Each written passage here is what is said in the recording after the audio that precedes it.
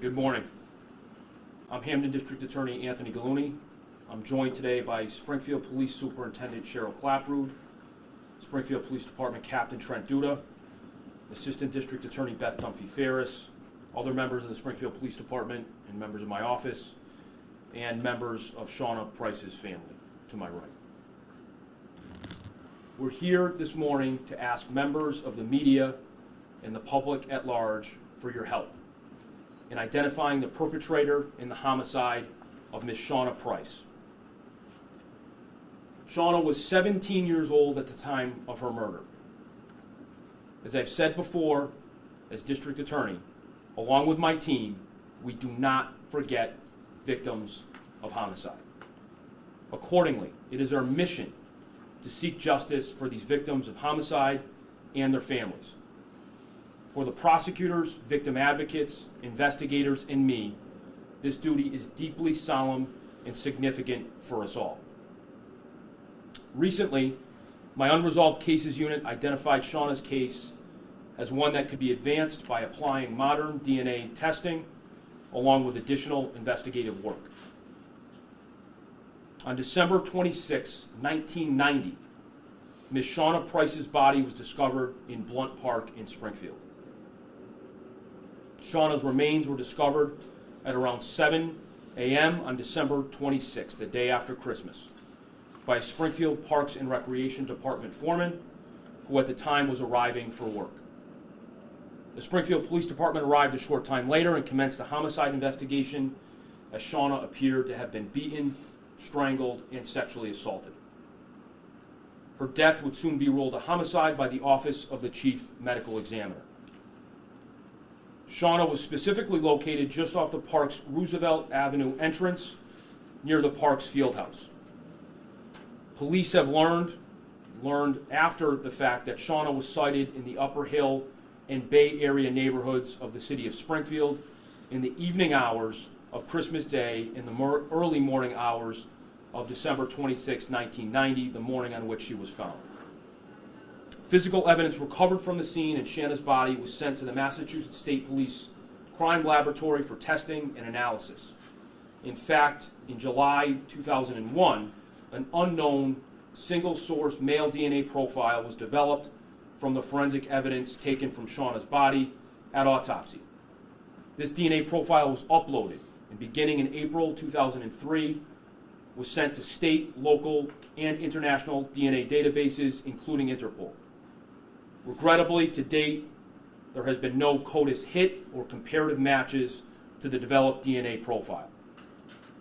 As such, I have recently authorized and have retained the services of Parabon Nanolabs, which utilizes cutting-edge DNA phenotyping technology, which provides law enforcement with the ability to generate leads and narrow down suspect lists.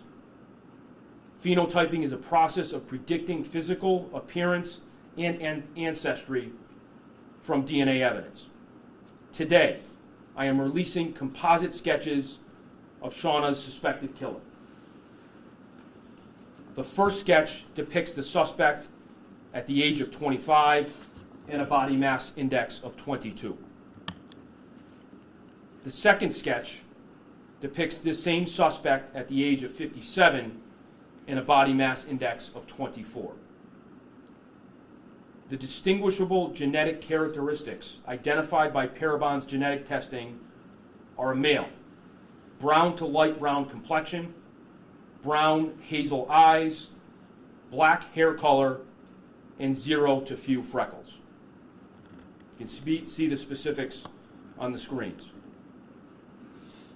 This person's ancestry has been predicted to be African admix, which may include African Caribbean, Latino Dominican Republic, or African American.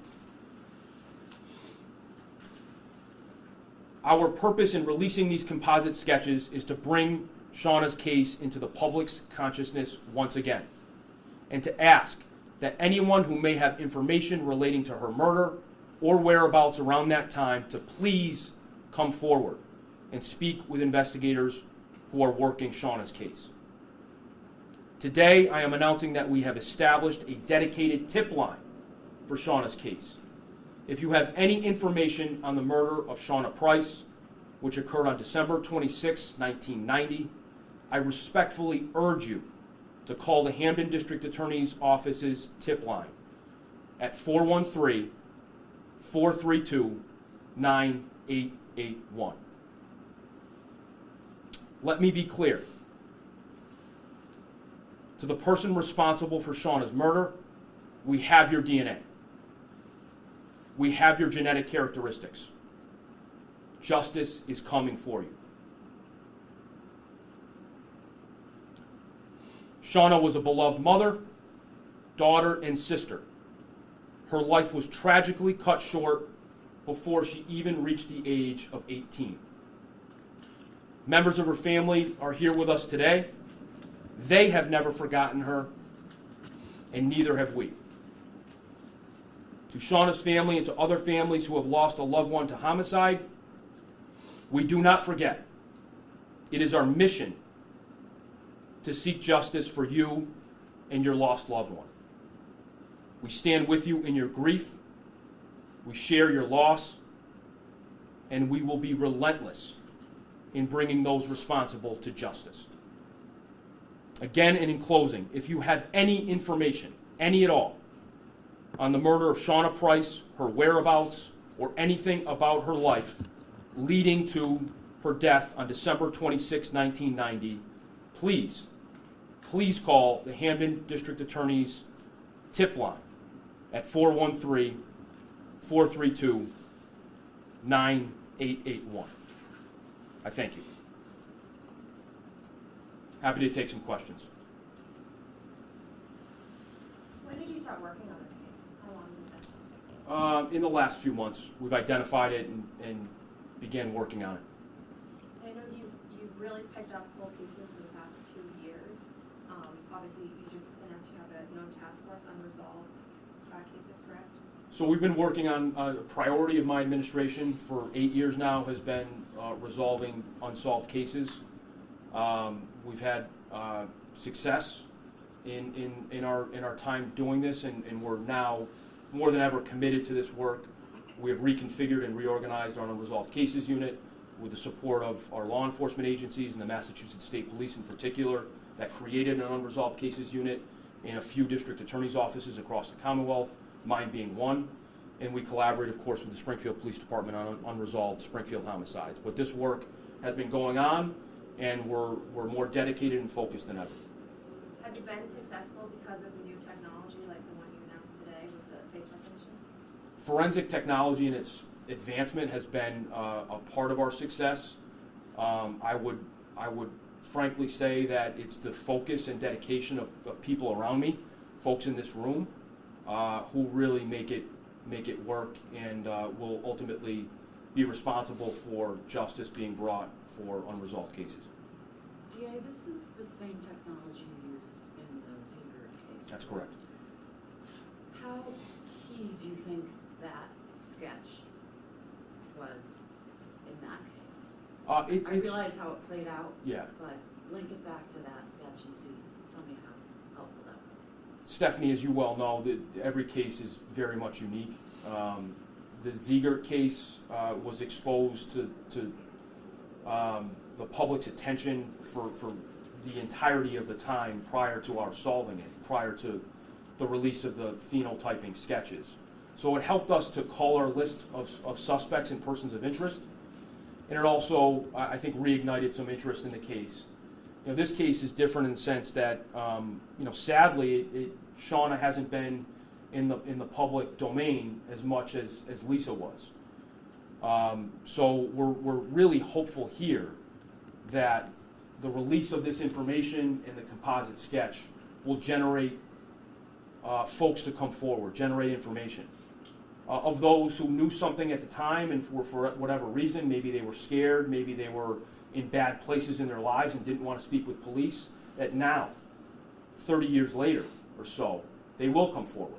So we're really hopeful that the media, all of you here, will put this out as broadly as possible, and people will see it and will have the courage to come forward and help us solve this case and help us bring justice for this family and for Shana. So is this the second time that you've used this It is. Paramount technology that's even going back 30 years ago to the investigation then, were there any suspects or persons of interest who were identified then? Paul, I don't think I'm going to speak to those specifics. The case was thoroughly investigated, certainly at the time, and then for years to come by the Springfield Police Department and associated agencies. But I'm not going to get into any specifics around persons of interest or identified suspects at that time. Along with that sketch, do you know anything about the potential suspect, whether they were from Springfield at the time? Do you know any other details that might help in public search or help for you? I do not. There's nothing that I can share. Really, the phenotyping and the composite sketch is scientific. It's clinical. It's not going to tell us where this person lived or the age of the person at the time. It gives us this demographic, biological information based on that person's DNA sample that we were able to supply to Parabon. So the composite sketches are estimates. The person could have been much heavier or much skinnier. These are sort of general estimates that should give the public a sense of what this person looked like. But the science is around those unchangeable criteria relative to hair color, relative to eye color, relative to ethnic background, skin color. Those significant things, of course, are unchangeable and are part of our DNA. But some of the other things about the way one lived his life, we're not going to get from the phenotyping. And that's going to be a part of our investigation going forward. And again, we hope that the public can provide us with some of that. Any idea of how successful the phenotyping is as a whole? So phenotyping is a newer technology, but it's been used in other jurisdictions across the country and across the world. And it has been a significant part of solving cases in the past. I would encourage you, as a part of your story, to look up Parabon. We're happy to provide that information. It's something that we were among the earliest law enforcement agencies to use in 2016 when we applied it to the Lisa Ziegert case. And as I mentioned just a moment ago, it was a significant piece for investigators sort of behind the scenes. And we think it also was important to generate some information and, again, put it back in the public's consciousness in that case. So we found success with it, and it's been a significant part of successful investigations in other places as well. Any insight on that you can share on how the DNA of the suspect was removed from the crime scene? What was it? Was it a droplet of blood, a hair? Can you shed some light on that? I'm not going to speak to those specifics right now. I don't think it's the appropriate time, and there's a possibility that could compromise the investigation and potentially a prosecution. But thank you. Anything else you can say about who Shana was before she was killed? She was a lot to a lot of people. You know, she was a young person. She was a girl. She was 17, but she was a mother. She was a beloved sister. She was born and raised in Springfield. And we're hopeful that we can bring justice for her and for her family. Cindy, the family want to say anything? I'll leave that to you. If you all, at this point, want to come up, potentially, maybe it'd be better if it were a one-on-one conversation. But I'll leave that up to the family. That's entirely their right, in my opinion, to say yes or no. Any other questions? Thank you. Thank you.